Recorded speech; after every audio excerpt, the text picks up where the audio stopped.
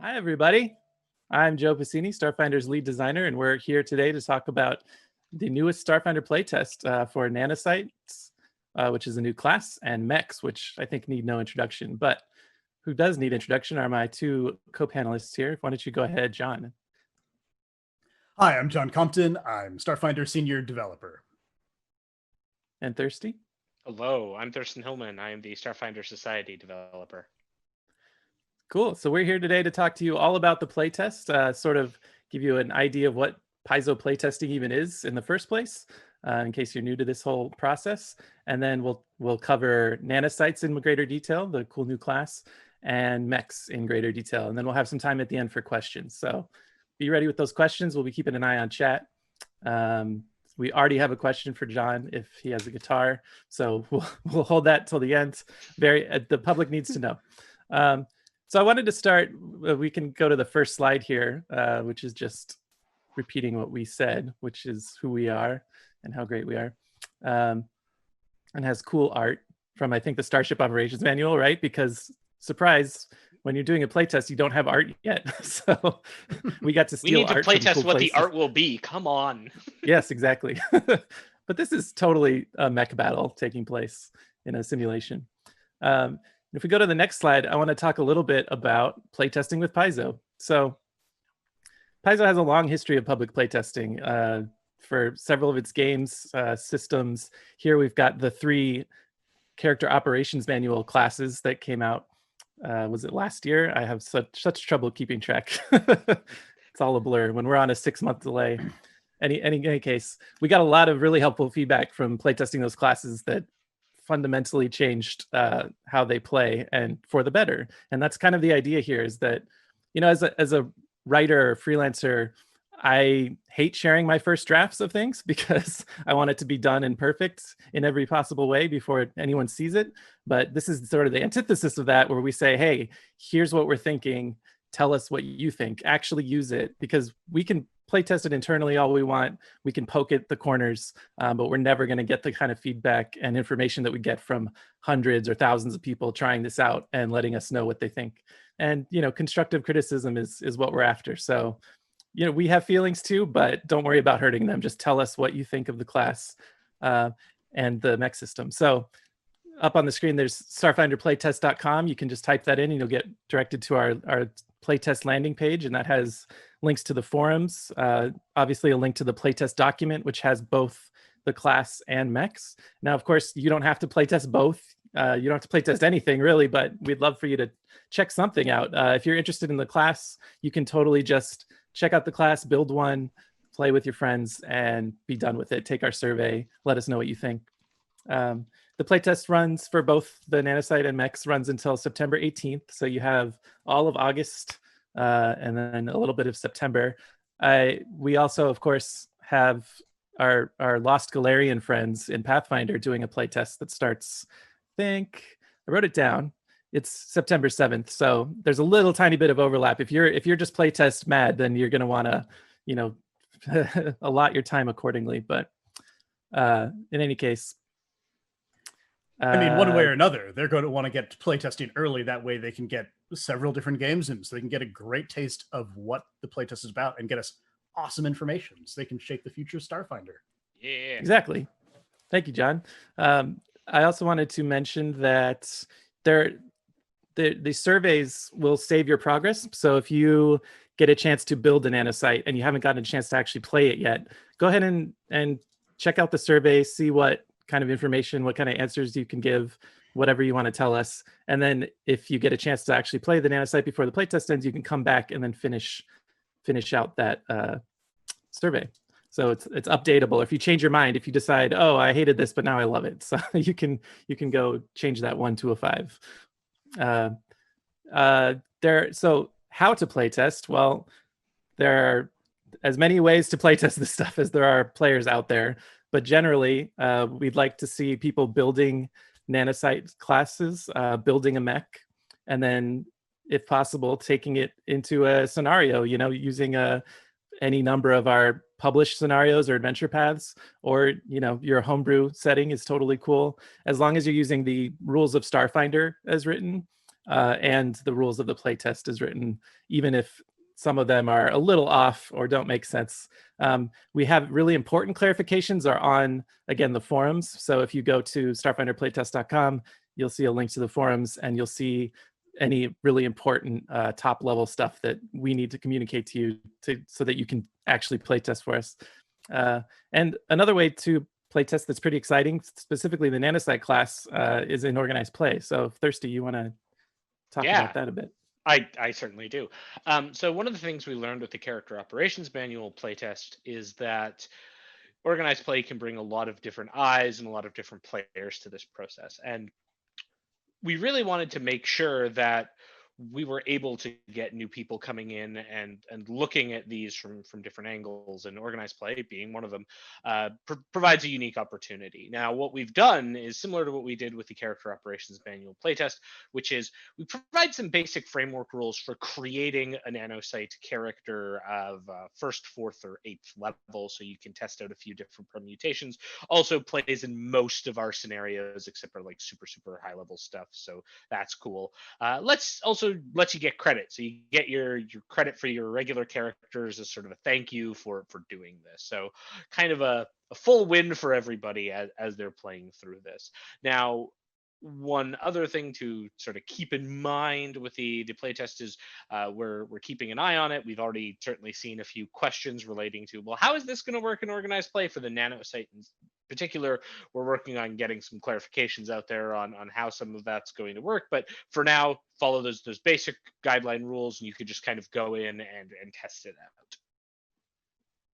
And I should have mentioned this book that which we sort of stealth announced by announcing this playtest, called Tech Revolution, and about which we've said very little, which is very exciting, right? Is coming out July of next year. It's the Gen Con release. So it's kind of this nice full circle where here at Gen Con, we're talking about playtesting this class and this system. And hopefully next year we'll have released something that is better for your participation. So I'm very excited about that. Did either John or Thirsty have anything to say about playtesting for Paizo in general that you wanted to share with folks? Yeah, I can certainly talk to that. Like, playtesting is a time to noodle around. Like, play with the most extreme builds that you can. Play with something that just sort of, hey, this inspired me and I pieced it together. Did it work? Playtesting is also a great time to be thinking about what the inspirations are for what you think of when you think of nanites or when you think of mechs, and what you want to see out of the system. Because Starfinder, in many ways, presents a science fantasy game setting where you can do a whole lot of existing tropes and themes and almost replicate a lot of other properties. So play around with it. If you want your mechs to be Gundam-like and Gundam is what is in your head, try out the mechs and see, do these kind of meet what I want? Or am I a battle tech aficionado? Cool, try it out. Does this scratch the itch? Because we're certainly aiming to get a certain amount of flexibility into this, because there are so many types of mechs out there. And you're letting us know about how we're hitting that mark is super handy. Yeah, we'll say spoiler. Oh, go ahead. No, I was just going to kind of add on and say that in addition to what John said, like, make those kind of ridiculous, wacky builds, because that's really at the core of what a playtest is so we can identify any mechanical problems and look at them. But also really look at themes that you're seeing. Is this a class that you think could do a theme that you want to play, but maybe doesn't have that specific option or that specific setup yet? Now's also a good time to kind of have some of those suggestions to send our way. I mean, obviously we can't use them all, but as we're looking forward to new books, as we're looking forward to content that will support this after Tech Revolution, it's great to get that out, because these playtests also act as resources. And one other thing I wanted to say specifically for your play side of things is for Mechs, we don't have a specific organized play go in and play Mechs, and part of that is we don't really have a enemy mech for you to fight that's pre-statted out already, and so your GM could kind of throw a like terrifying thing at you, and you might not like that in an org play environment. So we wanted to avoid that. But if you're doing that play testing in a group where you want to test this out, one thing that we are putting in that review, or that playtest survey is, are you an active organized play player? And that type of information is really important. So while you might not think that organized play has a mech component to it, doing that playtest and saying you're an active org play player, really good for the organized play community. It lets us kind of get a sense of like how many members of our community are active in this playtesting.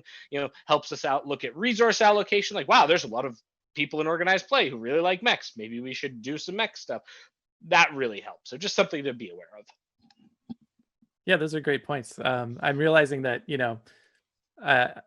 I talked about how to play test, but what do you do once you're done playtesting and you want to tell us what you think and tell us what you know, because you have hands-on experience now.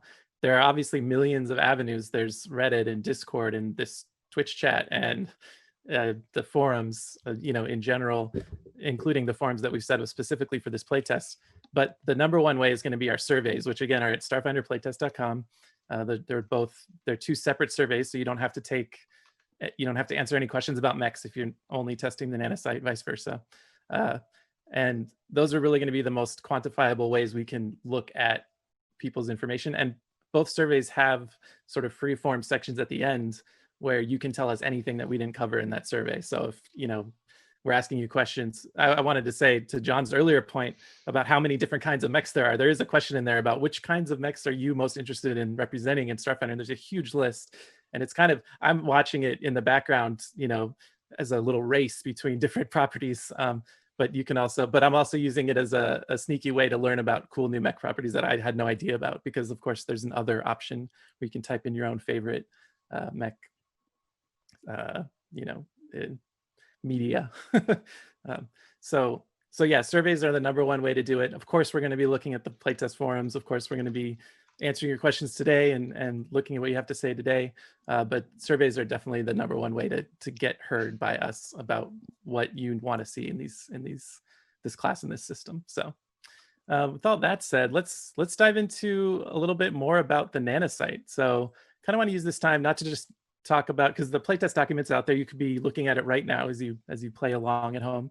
But I would love to hear more. So we have the author of the Nanosite class with us today. It's John Compton, which is great.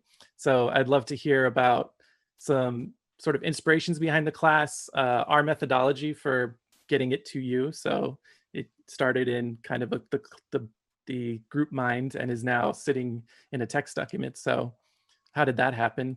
And then talk a little bit about sort of the big picture abilities, just a summary of what the Nanosite can do and specific things we're looking for. So starting with sort of inspirations for the class, and where did this class come from? John, do you want to talk about that a bit? Yeah, I mean, nanites are kind of one of the magic answers to sci-fi and to an extent science fantasy, where it's like, how can we make this thing happen? Nanites, or nanite person, do you have this power? I do now because plot demands it. Nanites can do anything. And that is both wonderful because it plays into so many sci-fi tropes and themes. It's also a horrific curse because it is a class that in a way wants to be able to do absolutely everything and anything. So it's a real struggle of a creation. In terms of the process of that, the inspiration I think you were asking about, Joe. Mm-hmm. Yeah, like just the idea of somebody who's able to throw swarms of stuff around, who's able to whip people with gray goo, or able to send little nanites around to spy, things like that. That's just a cool visual to me, of somebody who has all these little pores and is just able to kind of go and do something productive with it. Sound effect may vary, right? Yeah, exactly. Sound effects are your business. We don't have a playtest question about that, unfortunately. That's true. It would have been too difficult to transliterate all the different sound effects. So you can put that in the, if you have other comments, question at the very end. Yes.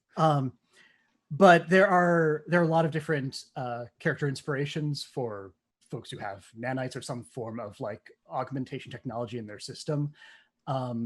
But even the one whose visuals I just really, really love the most, who's not technically nanites, is actually from the Naruto TV show.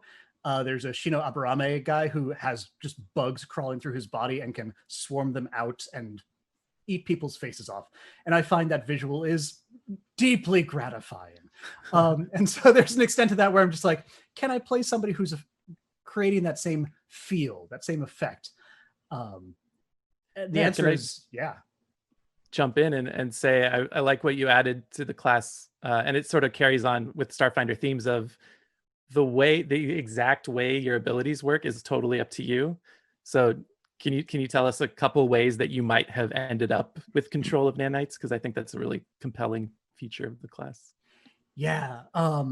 So how you get nanites is totally up to you, and the nature of the nanites is totally up to you. I've seen a couple of initial questions already from folks being like, well, does this thing technically affect them if I make them like Magitech nanites? And it's like, doesn't matter. Like nanites are nanites for the purpose of this class. So if you want to have magically created nanites within your system, you could. If you want to do the mad scientist trope where you are like the background of at least 10% of all Marvel comic villains, you can.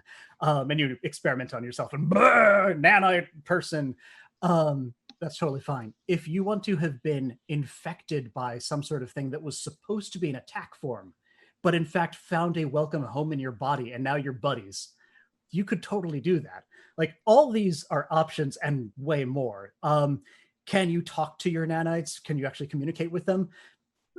Your call. I mean, there are only a couple of abilities that really key off of that. So it's not a critical thing. So like you can put in all sorts of little bits of flavor into these nanites and they will mechanically work in the same way, but they can tell so many different stories. I say one of my favorite headcanons I saw was somebody talking about the Spathinae, which is a species in Starfinder that is already a swarm of bugs. So you could be a Spathinae nanosite. And in their version, and I'm sorry, I'm not forgetting the name or even where I saw it because we're checking so many places for information on this. But every bug has a little nanosite buddy, and they all just they all work together to swarm all over the place. I just love that. I mean, I love the idea of a fractal character who is nanites within nanites within, and then we create a feat that your nanites can now have nanites. Okay. You now take 500% damage from all area effects. Get wrecked. I think now it's important to mention the best quote related to nanites, which is Nanomachine's son, which if you've ever seen the best, or at least what I would view as the quintessential nanosite inspiration, would be Senator Stephen Armstrong from the Metal Gear series, which is someone I adore because it's a person and anyone could be a nanosite. You could have a politician in the Pack world who is secretly a nanosite and could be going around doing things. There's so much different visual representation with this class that you could just be, I am a bog standard person in a campaign. So like as a GM, it also offers up this really unique way of introducing like powerful villains. Because how many times are you like, all right, now I have to justify that like this big political villain has secretly been a witch warper the whole time, even though they've never, like with the nanosite, you can hide a lot of that, which I really like. It gives some really awesome NPC availability. Yeah, speaking of visuals, I should definitely mention that this art that's up on the slide right now, again, we don't have art yet. You may, if you're prescient enough, you might have noticed that when we introduce new classes, we often introduce a new iconic character. This is not the new iconic nanosite character. We're not going with an undead who is vomiting swarms of nanites, but it was the closest art we could find, and I think it's evocative. So it's a good Starfinder Society scenario too, eh? It's true, yeah. Which scenario is that? It is putting on the spot. 2-02. Yeah. Yes. Nice. I do things always in numbers, and I can totally stall long enough to bring up the name of that scenario because I think that's from like it dwells below or something like that. Waking the Past, actually. Waking the Past. Nice. That's the one. It's a spooky adventure where you should be totally ready to run away from threats. You should play it. It's cool. Gives you a little taste of what nanites can do. Yay. Yeah. How about, do you want to talk about, John, sort of, I don't know how interesting the methodology is. Maybe we skip to sort of the big picture abilities of the nanosite for people who haven't had a chance to dive in fully to the class. I think there's one quick thing to say about the process, and that's that the Starfinder team, when we approach having a new class, where we're looking for novel things to do. So that way it's not just, oh, this is a soldier but, or this is a mechanic if only, this little variant. We're always trying to find new ground to cover. So it's always a high bar for pitching these new classes, and Nanosite went through a lot of those hoops of like, how can we refine this? How can we refine that? What does this do at the table? What is this role in the group?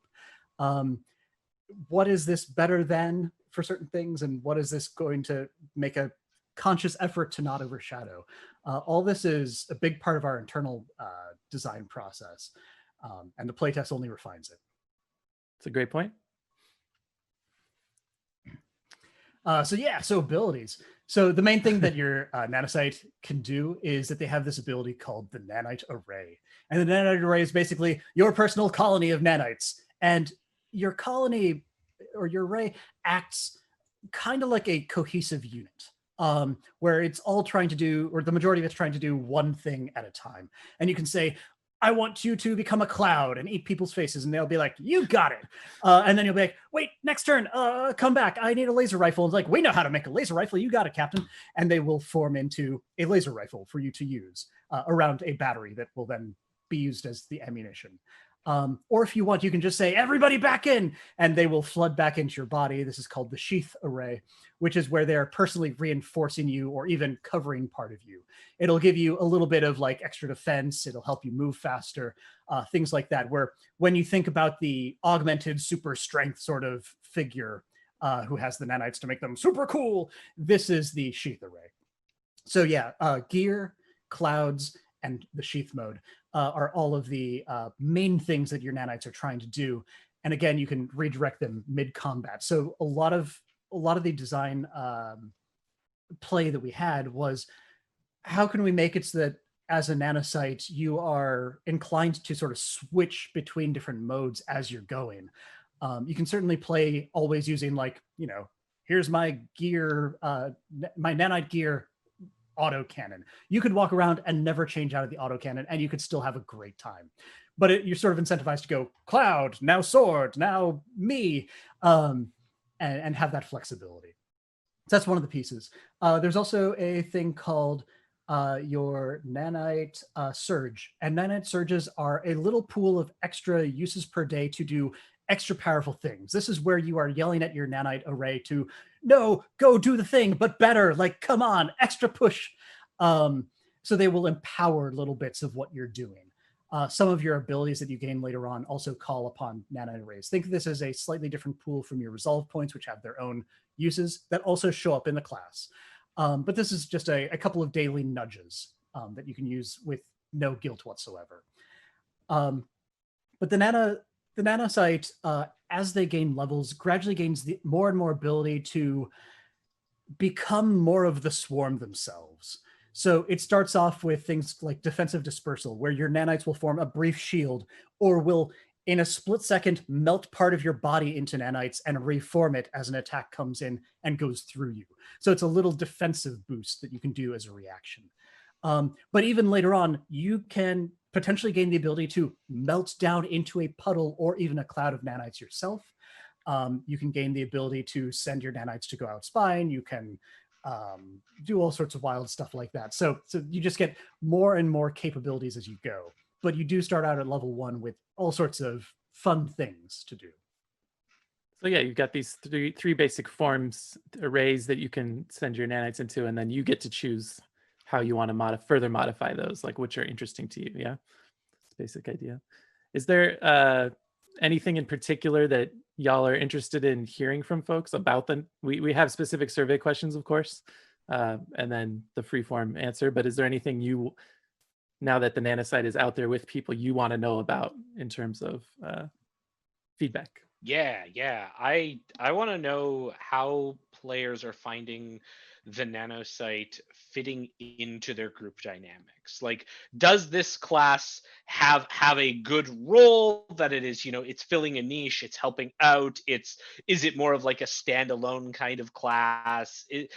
Just where it's fitting in the party dynamic, because that's something I'm always keen on seeing with new classes is how it fits in, and how honestly how it interacts with other classes. Because whilst we're having players playtest a new class, it is a class that's going into an ecosystem of existing classes. And so are people then going to come out and be like, if you have a witch warper who does this, and a vanguard who does this, and a technomancer who does this, and the katamari starts rolling, what happened? Like, I love seeing that come out of the community.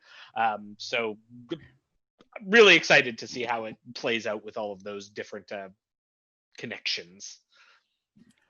I'm really interested to hear about how the rhythm of the class plays out in play, where it's like, did you end up switching between your arrays on a regular basis, or did you sit in one of them for most of the time?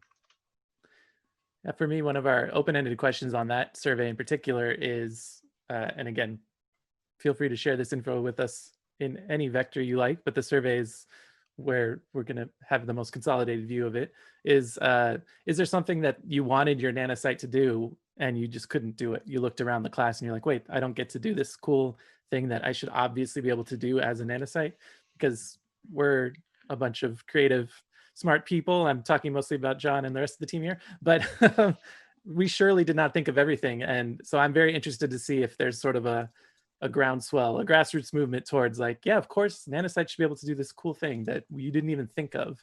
And in that way, that's for me, that's always the most exciting part of the playtest, is getting cool ideas from the community, from the groupthink that we can bolster the class with and make it even cooler in the final form. And what do you want it to be able to do that it can't, goes for not just abilities, but also smaller things like what skills does it have access to? Mm-hmm. Yeah, that's a great point.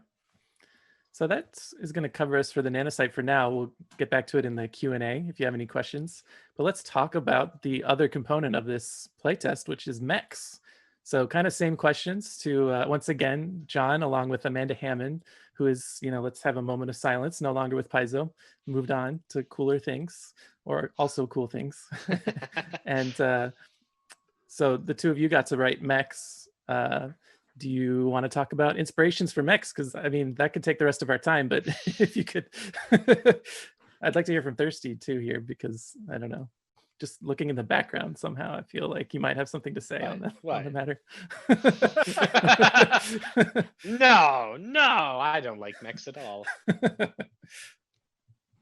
I mean, as we brought up earlier, there are so many inspirations for Mechs. So one of the first things that we had to tackle with Mechs was what inspirations are we even bringing in? Because if you bring in all of them, then you will end up with 5,000 weapon types and all of that. But one of the things that was quickly apparent from a lot of the Mech properties that we loved is that there's an element of being able to swap out parts. So you can say, I want to have these legs with these arms, and I want it to have like 5 chain whips. And you're like, okay, sure. I guess that happens in some anime or something, who knows? But yeah, let's make it happen. So the idea of being able to customize your mechs was super important really early on. And one of the things that comes with customization is that each of those options needs to behave in a different way. So that makes certainly design a lot more complicated. But one of the things that Joe, in fact, was able to help out with when we were figuring out how is this going to work was the idea of treating each one of these components as a template, basically, sort of like the template graphs that you find in the back of our Alien Archive books, where you slap it on, it's just a couple of lines and says +1 to your EAC, +1 to your attack rolls, +5 hit points, done. And that way you could make several of these choices in really quick succession to build a custom mech. And all it's doing is each one is just adding a little bit. You add down the column and then you have your hit point total. You don't have to subtract anything. You don't have to like, oh, this divides your hit points by half, or you can only combine this with X, Y, and Z. It's a lot more simple of just stack these little things together and your imagination goes from there. So that is one of the key bits of the mech system that's reflected in our playtest. Another one though that was a big challenge was how many people are in a mech. Like some mech properties are very much like solo pilot all the time. Some of them are like, hey, how many Power Rangers can we cram into this Megazoid and run with it? Or even there's these Warhammer stuff where it's like, how many people do we need to pilot this Titan? I don't know. How, like, can we go into the hundreds? Sort of question. But that raises a big question of like, okay, well, how do we balance these things? Like, a mech is clearly more powerful than a soldier, right? And if we put a whole bunch of people into the same mech, do they have roles? I think it's fair to point out that like Starship Combat has mixed reviews from folks. Like, some people absolutely adore it, some people don't really like it, and there are fair critiques and adorations all over the place. So we had to examine those and say, how do we want to take lessons from Starship Combat to inform how we design mechs in a way that we ensure that everybody is contributing to the mech combat experience? And the answer was to basically give every pilot an action, not just a science officer action, not just an engineer action, but no, you get to take one of the mech's actions and add an action to the mech. So the more pilots you pour into a mech, the more actions it takes, such that if you really do have a 6-person mech, then you have a mech that could potentially take 6 standard actions and a move action. Most of them are to fire their weapons and go pew, pew, pew. There are limits. You can't like move 7 times, but it's very much trying to open it up so that everybody can be doing something and maintaining a degree of the action economy that you would have had if you were on foot. Now that sounds pretty powerful. Would you say that translates to sort of the party's power level when they hop into mechs? John, he said, with a very low ball question. And that was one of the early questions we had to ask is, how powerful are mechs really? And the first answer was more powerful than not mechs. And finding where that balancing point was took a little bit of finesse, but we basically went for being in mechs is roughly 3 levels more powerful than you would be without mechs. And there's a little bit of messing around with the CRs and the tiers and whatnot beyond that, but that is basically the calculation that we have. And that means that mechs are not necessarily an every encounter tool. This is something we look to and will be providing the GM with additional guidance on in Tech Revolution to say, how can you incorporate mechs into your game? How can you decide how much mech you want? And how can you use these mechs to create really cool set piece encounters where, yes, we were doing stuff on foot, but now we have moved on to the, oh my gosh, it's the Kyokor on Daimalko. Everybody into the mech for this one big mech encounter. Why are we using the mech? Because it lets us take on something that we could not have taken on before. And that feels cool because it feels like we're really pushing the limit of what our characters should even be allowed to touch. So I'm glad you mentioned Daimalko there. That's a kaiju ravaged planet in our setting that also has mechs traditionally. And finally, now people can play out those scenarios. I have seen people asking, like, what kinds of mechs are going to be available here? Like, why aren't there sample mechs, for instance? And that's a great question. And I'd love for us to tease a little bit what might be coming along with this system, this underpinning, what kind of stuff we might be adding and providing people with in the final product that they can be excited about. I mean, once you have a new system, then you really have to ask, like, what can I even make with these? And so one of the things that we are looking forward to in Tech Revolution is having sample mechs for you to play around with. Sort of like when we introduced starships and it was like, here's some cool new starships. That sort of idea. I'm just gonna gush for a moment and like I don't know if this is spilling the beans, but like, what are they gonna do? Fire me? We've been in some really fun meetings where we've seen some like art of Mech, like very very initial like concept art, and those meetings have been just some of the coolest I've been in at a company, seeing some of the different factions that exist in our games and different organizations, and like, what would a mech from look? I don't want to say, well, like I don't want to say specific ones, fill in the blank, but seeing just how those can be rendered as a mech has just been so cool. And then having discussions on like, okay, well, what makes the mechs of this group different from this group, and how do we showcase that?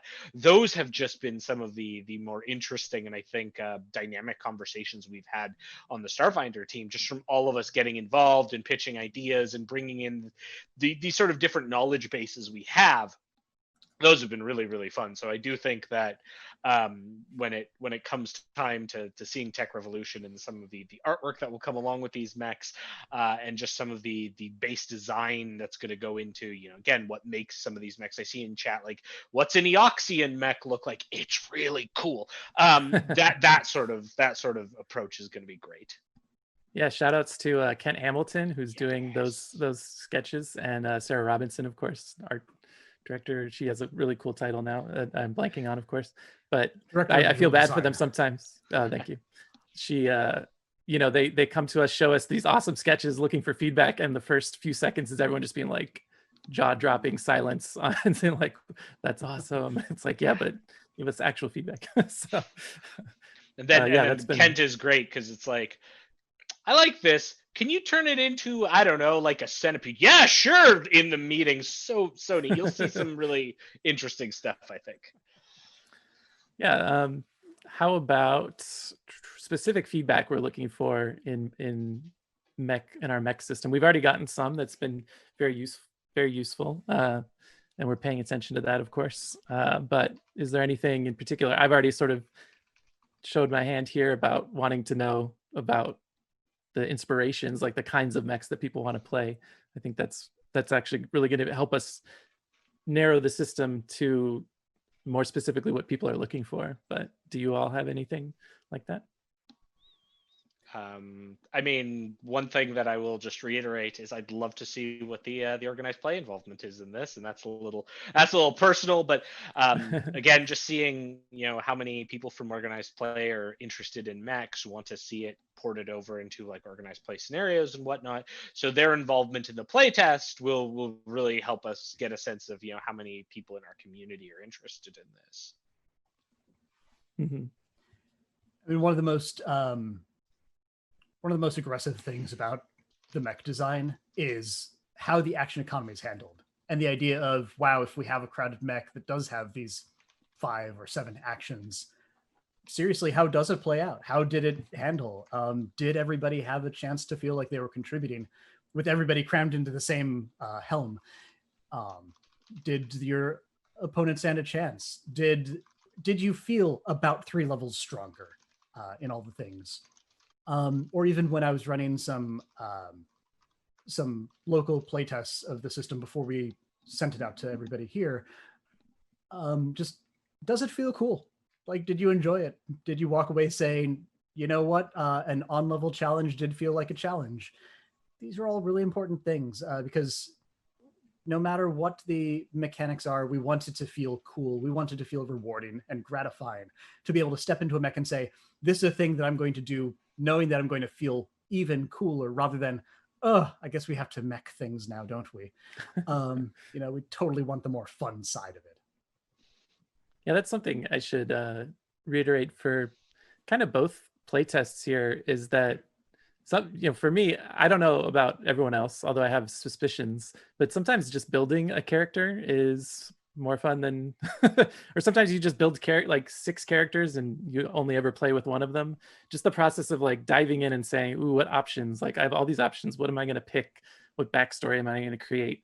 What, just exploring that space can be as much fun as playing.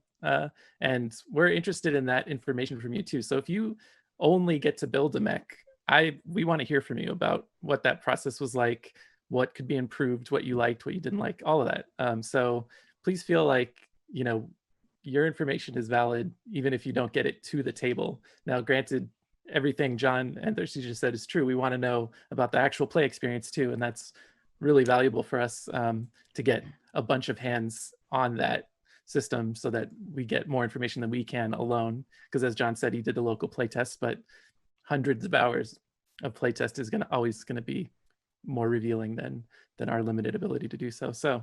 But that goes for the Nanosite class too. If you just get to build one, or even if you're just looking through the material and you have some thoughts, share them with us. We want to hear it. So again, starfinderplaytest.com is a great place to do that. I appreciate chat right now saying "there goes Joe," literally calling out every player imaginable who sits there making stacks of characters. One day I'll be in a Starfinder game. One day. Somebody had the great feedback while we were building these surveys of like, nobody's just going to build one of these things. So when you're asking like, which Nanosite Max did you pick? Let's be clearer that we're asking like for the highest level one you made, because yeah, it's totally a thing. Anything else y'all want to say about Mechs before we maybe move into some questions and a more free-form chat? I'm ready for some questions. Yeah. Let's look for questions. Please toss them in about playtesting in general, or these classes, or the process behind them. There was one that I spotted about 20 minutes ago while we were in the Nanosite. Saw somebody asking, why make the Nanosite a class and not an archetype? So one part of the answer is available space. To do all of the cool nanite things that we would want somebody to be able to do with nanites, that's way more than a single page or even a spread. So 2 pages. So like there's so much potential to the idea that a class is really more fitting. That's the primary answer that I would give here. Yeah. And I think too with our game, like sometimes some archetypes could in theory be a class, but it's really a matter of what we're like wanting to explore and what we think it brings that's new to the setting. Like the Nanosite class brings so much that is very iconic in sci-fi, sci-fantasy tropes that it just felt like a really good fit for the game and the universe. Because one of the things we want to make sure that we're doing with classes is when we're bringing them in, that they're feeling new and fresh, especially in Starfinder, where all these new classes we're adding are new classes. We don't have like the Pathfinder 2nd edition thing where you might have seen them in 1st edition. What we're really bringing is a lot of super new content that we want to make sure that it's going to have a place in the ecosystem. And do we have that like extra space to explore it versus an archetype, which is a smaller scale, but it can be applied to a lot of different areas. So. It's true. One thing with our Pathfinder legacy, kind of, ever present. It's in our core rulebook. We have a whole chapter on it. We intentionally avoid sort of the blank in space, the PF1 class in space idea, and look more to what is this different genre allow us to do that we couldn't do in just a straight fantasy game. So that's often one of our focuses. Gosh, I had something else to say about that and I've blanked. So do we have any other questions here? Let's see. When is the Play as a Kaiju playtest coming out? Now I'm thinking GMs only. Yeah. How many kaiju do we have even? I think we have at least 2 right a now? few. Yeah. 2. The Kyokor and the Takinki, I think, are the 2 Dimalkin ones. But I also know we don't call them kaiju in Starfinder. We are very particular. They are colossi, so that is a subtle distinction. Trust me, I know, because I really wanted to name a scenario kaiju heist, but it had to get changed last minute. So I see a question. Oh, John, did you have something? Nope, please go. I see a question about what's the rationale behind there not being a mech sheet. It's a little inconvenient to say the least. I totally hear that. The main reason we have been planning to have a mech sheet in the final book, but given that we are putting this out there for improvements and we expect there to be significant changes, probably, making a sheet that then we have to remake doesn't make quite as much sense. And we're also interested in seeing kind of how people navigate that. Part of it is if we give you a sheet, we're kind of telling you how to build mechs by saying, here's how to step through the process, even more so than we are with just presenting the rules. And I personally am interested in how difficult is it to build a mech? Like how hard is it to do? If it's like virtually impossible without a mech sheet, that probably tells us something that we want to know. So totally hear you on not having it for the playtest, but it's definitely on our radar for sure. John, I feel like I interrupted you if you had something you wanted to. Nope, I was just scanning through for questions, in fact. Gotcha. See, another question about cheat sheets in our books for like Starship combat rules. That's something we got to do with the beginner box, right? We got to have a cool player aid card that told you your basic actions that were available to you. I'm always interested in stuff like that. I feel like our accessories line is a pretty good way of getting cheat sheet, like, you know, we have the Starfinder rules reference cards, which for any given scenario, especially if you're GM prepping, you can just grab the ones that you know are going to come up and just have them and not need to flip through the book. So we definitely, in terms of including them in books, it's something to think about for sure. Is there a Mech Jockey class in the works? I mean, one of the things to consider is that mechs are like Starship Combat. Mechs are something that most or all of your party is going to be using at a given time. And so having a Mech Jockey class would do two things. One, it would make the mech experience uneven between the different characters in your party. But the other thing is that it would then make it so that the Mech Jockey really has to have the mech most or all of the time, which changes up the nature of not only how encounter difficulties are calculated, with the assumption that, of course, our mechs are bringing up the power level some, but also it plays absolute havoc with any maps we might want to include in an adventure. It's like, all right, we're going to investigate this goblin neighborhood in Absalom Station Spike District. Can I bring my colossal mech? No. That becomes a difficulty. So I see many hurdles for making such a class. And that might be something, even looking at like what we've done in the core book, like that might be a theme. There might be like a theme that works really well with giving you a couple extra little bonuses to being a mech pilot, but that's not your, you know, the complete focus of your class or a drill down on your class. Again, similar to Starship Combat in that way. That's a great point. You know, if one of the questions on our mech survey is, how do you want to see mechs incorporated into your games? Do you want full campaigns? Do you want it to be some more like Starship Combat, where every now and then you pop into some mechs and wreak havoc and then go back to your normal lives?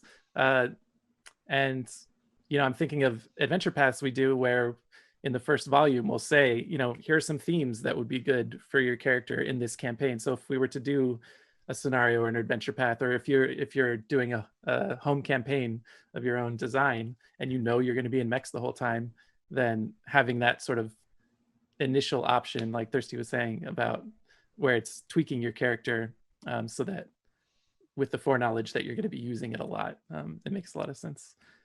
I'm seeing the question about why is Nanosite a class rather than something less fundamental, and it reminded me of what I forgot, what I wanted to say earlier, which is that, as John has pointed out too, nanites are everywhere, and they're already in our game, right? There's nanites and nanobots and things like that in spells and equipment. It was already kind of like floating in Starfinder, and this is something that it can kind of coalesce around and really be a showcase of, like John was saying earlier, this sort of magical technology, you know, indistinguishable from magic, I guess, that is very sci-fi, and it's a little sci-fi fantasy too. What else we got? I see here? a highlighted question. What is the goal behind Nanosite Faculties? Do you want to speak to that, John? Sure. So Nanosite Faculties serve in some ways almost like soldier fighting styles, where they are ways of refining what you're really good at and what you're able to do. The faculties basically give you, I think, 5 different abilities over the course of your character's progression that will make your nanites better at a particular task. So there's the regeneration one, which says, hey, there are a couple of little temporary hit point based abilities in the nanosite. What if we did more of that? There's obliteration, which is, what if I just wanted my nanites to melt people? Discorporation is, all right, I want to melt down. I want to turn into a nanite ooze. Let me be an ooze. And so things like that, where it's more than a single nanosite knack might accomplish, and represents more of what would almost be like a feat chain or a knack chain, something like that. But we just turn it into its own separate thing that you could invest in and know that you're always going to be getting cool stuff. Yeah. There's a cool question here about can we elaborate on what in-setting use and adoption mechs will have? Are they war machines, general tools, special equipment, all of the above? And I believe in the playtest document we kind of hint at that. And I think John has already said during this stream that the final book will have a lot of cool advice for GMs, which also players, you know, as a player more often myself, I enjoy reading about the setting and what is, we talked about this a lot on the team, like what is the role of a mech in the universe, like in the galaxy of Starfinder? Are they like cars that everybody knows how to drive them? Are they more like you know, specialized military equipment, which is where kind of where we landed, that they're sort of like tanks, right? Like your average person is not going to hop in a tank and be able to operate it perfectly, but it has that sort of military feel. John, did you want to speak to that more? Yeah, and that was a challenge in first looking at mechs and saying, how do we even fit these into our setting? Have they always been there? Is this new technology? What do mechs usually do in the properties that inspire us? Well, this one they kill people. This one they kill people. This one they kill people. This one they only stomp on people, which ultimately kills them, but it's different. So we've explored expanding the uses of mechs some. So no doubt we'll be exploring like how they're used for reconnaissance, because half of the planets we introduce are terrible places to be. It's like, this one's made of solid radiation. Cool, send in a mech. Maybe that can explore it instead. So those sorts of situations. But also, one of the things that really intrigues me with setting development is, where did this technology come from? And Starship Operations Manual explores like some of the manufacturing side of starships. I'm really intrigued to explore, even in Tech Revolution, where did mech technology come from? How has it spread? Did it arise independently in multiple places? And we already have some cool story ideas behind that. So we have a question about design-wise. Excuse me, I'm choking up because this is so beautiful. Design-wise, does making mechs lead you to eventually making a mech AP? And someone had a similar question about scenarios being kind of all or nothing mechs. Since I'm losing my voice. I can jump in real quick here. Thank you. I'll talk a little bit about scenarios. First of all, I think with scenarios, the plan would be to treat them very much like how we've treated Starship Combat. I think it's safe to say that once mechs come into the game and we have a Tech Revolution book, there might be like a mech tag that we associate with scenarios. There might be some, you know, additional information. I'm like, okay, Starfinders are exploring a planet and they uncover a mech and suddenly there's a kaiju attacking and they got to get in the mech. We'd look at something like that where it would be fairly contained to an adventure, or even an adventure series. Something we're doing with season 3 right now with Starfinder Society is creating these kind of block series that have an overarching theme. One of them this season, for example, is the Vast Experiment, which is going to have a little bit of a starship focus scene after the first adventure. So kind of getting into that is important, and I think it's letting the players know, so that players who are maybe mechs aren't for me, cool, you don't have to go into that scenario. But those who are really interested, we give a clear indication of this scenario will have a mech, get your mech on. And like anything, we just kind of watch to see what the popularity is. As far as adventure paths, I don't necessarily think you'd see like the full mech adventure path happening right away, but what you might see would be unearthing a mech that the players get to use in one of the adventures to sort of test those waters out and introduce it in a small way. Yeah, I mean, mechs are, there's a part of like looking at mechs in adventures from almost a video game level design standpoint, where you're doing what you normally do. You're moving over here, you're moving over here. And this room happens to have a mech that you could commandeer and throw 2 of the PCs into to go on your mech apocalypse rampage for, 2 encounters before, oh gosh, there's a door that is way too small and a wall that is too thick to burst through. I guess we have to ditch the mech. Okay, but we had fun with it. Let's keep going. So mechs are something that can show up briefly and then you can play with them and then discard them as you need. You don't have to have a group mech or set of mechs every time. Yeah, it's a great option to add to most campaigns, and that's kind of the way we see it. So seeing a lot of questions about flavor, which I think we've covered pretty well. I think we have It's time for maybe coming one and- more question before we have to wrap up for the next panel. Yeah, let's do that. What's the final question? Let's have something wonky. Something wonky. Whoa. I mean, I Yeah. saw one earlier about like if we encounter a mech, should we just run? Well, There are hopefully- scenarios and adventures where you should just run, and more players need to learn this. Just because there's a CR scaling system does not mean the writer or the GM will always follow it. You should be ready to run. That's all. But importantly, there's information in the playtest for GMs making mechs to challenge the players, and they are designed a little bit like creatures are. And mechs could be of any level or CR or tier. So just because you run into a mech doesn't mean that it is impossible to destroy. It could be something that you're able to take down. It is even something that if you climb it and tear open the hatch, you could potentially commandeer. So, have fun with it. I don't know. These are characters. This is a time to live big and challenge hard, and then find out that mechs have an ability called Hurl that they can just throw you across the battlefield and then game over. Let's throw up the last slide here as we hit our last question or two, which is just join us. Has the website that you'll want, which is starfinderplaytest.com, redirects you to the actual landing page. And again, that has links to forums where you can get up-to-date clarifications on anything you might need to actually run the playtest. It has the surveys, it has the document itself. And we would definitely want to encourage you to do as much or as little of the playtest as you can manage. These are trying times. You have about a month and a half. This ends on September 18th. So that's a known number of weekends, if weekends still mean anything to you, to get things on the table with your friends. And I saw, so this is kind of a minor question, but can I fit in a mech as a dragonkin? And this sort of speaks to me too. Well, yes is the short answer. But I've seen similar questions with nanosites, like can this species be a nanosite? And it's definitely important to us that you still have all the flexibility that Starfinder offers. This is both the class and the mech system are offering you more options, more different ways to diversify. So any species can be a nanosite. And sometimes, like we talked about the Spathinae, already a swarm, getting more swarm in its swarm.